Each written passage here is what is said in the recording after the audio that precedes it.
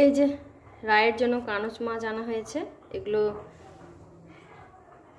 বালতির মধ্যে অনেকগুলো আছে, অনেক কয়েকটাই আছে, 2-3 দিন হয়ে যাবে। ওকে 3টা করে প্রতিদিন আমি দিয়ে করে দেবো। তো আজকে কিভাবে শিং মাছটা রান্না করব সেটাই দেখাবো আপনাদের। আর এই জীবিত মাছ, ওই জিন্দা মাছ না কাটতেও ভালো লাগে না আমার, ওই জন্য যাতে মরে যায় জলে রাখিনি, ওই জন্য উপরে রাখছি।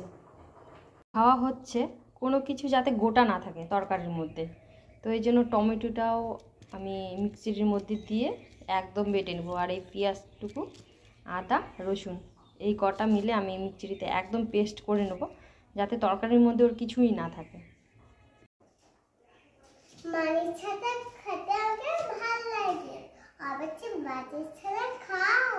হ্যাঁ, মাছের ছানা খাও। ও মাছের ঝোলের থেকে মাছের ছানাটা বেশি ভালো লাগে, মানে মাছের ছানা ওর সবসময় মাছ বাটার খোঁজ, মানে মাছ টমেটো পেঁয়াজ দিয়ে একটু বাইটে দিতে হবে ভালো করে, তাহলে ব্যাস ওর আর কিছু চাই না। তো ভাতটা কী দিয়ে খাবে, তার জন্য তো ঝোলটা করানো হচ্ছে, কিন্তু ঝোল খাওয়ার ওর কোনো রকম ইচ্ছা নেই। কাজের তাড়াতাড়ি আর পুরো ভিডিওটা দেখা হলো না। তো সব কিছু দিয়ে আলুটা আমি সিদ্ধ করে রাখছিলাম, তো এখন সব কিছু মিলে কষাচ্ছি। একদমই ভুলে গেছি যে আজকে এই রান্নার রেসিপিটা ছাড়বো, তো প্রথম থেকে করতে হবে ভিডিওটা আমার। তো সব কিছু কাজের তালে থাকলে যা হয় আর কি। তো বাচ্চাদের বিশেষ করে এরকমভাবে খাওয়ারটা বানালেই ঠিক। আমি একদমই হালকা তেল দিয়েছি, না বললে আর কি, মানে মাছ ভাজার যে ওই অল্প একটু তেল ছিল ওটা দিয়ে রান্নাটা করলাম। আর টমেটো সব কিছু একদম মিক্সড হয়ে গেছে বেটে। তো আমার কষানো যেহেতু হয়ে গেছে, তো আমি এটাতে জল দিয়ে দেবো। এটা ঝোলটা যেহেতু একটু ফুটবে, তো ওই জন্য একটু বেশি করেই জলটা দিলাম। আর বাচ্চাদের এরকম হালকা পাতলা, মানে কম মশলা দিয়ে এরকম আপনারাও কিন্তু করতে পারেন। টেস্টটা ভালোই হয়, যেহেতু রসুন পেঁয়াজটা একটু পড়ে।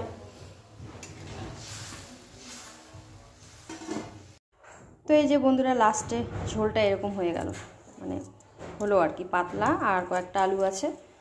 তো এইভাবে কিন্তু কানচ মাছ, যে কোনো মাছের ঝোল আপনারা বানাতে পারেন। এমনিতে কানচ মাছ কিন্তু বাচ্চাদের খাওয়া খুবই ভালো, খুবই উপকারী, শরীরে রক্ত হয় যা শুনেছি আর কি ছোটো থেকে। তো শনিবার রবিবার হলেই রান্নার মানে ঠিক ঠিকানা থাকে না।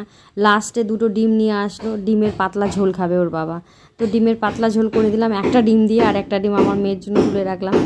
তো এই যে এত মেনু হয়েছে, মাছের ঝোল আমার পুচকির জন্য, ফুলকপির তরকারি, তারপর টমেটো দিয়ে ডাল হয়েছে, ধনিয়া পাতা টমেটো সব কিছু মিক্সড করে মটর কলাইয়ের ডাল হয়েছে।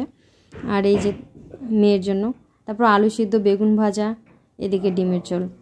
এত মেনু, তাও মানে মন পছন্দ হয় না যে আরও কিছু হলে ভালো হতো, কিন্তু যে রান্না করে কিন্তু সেই বোঝে।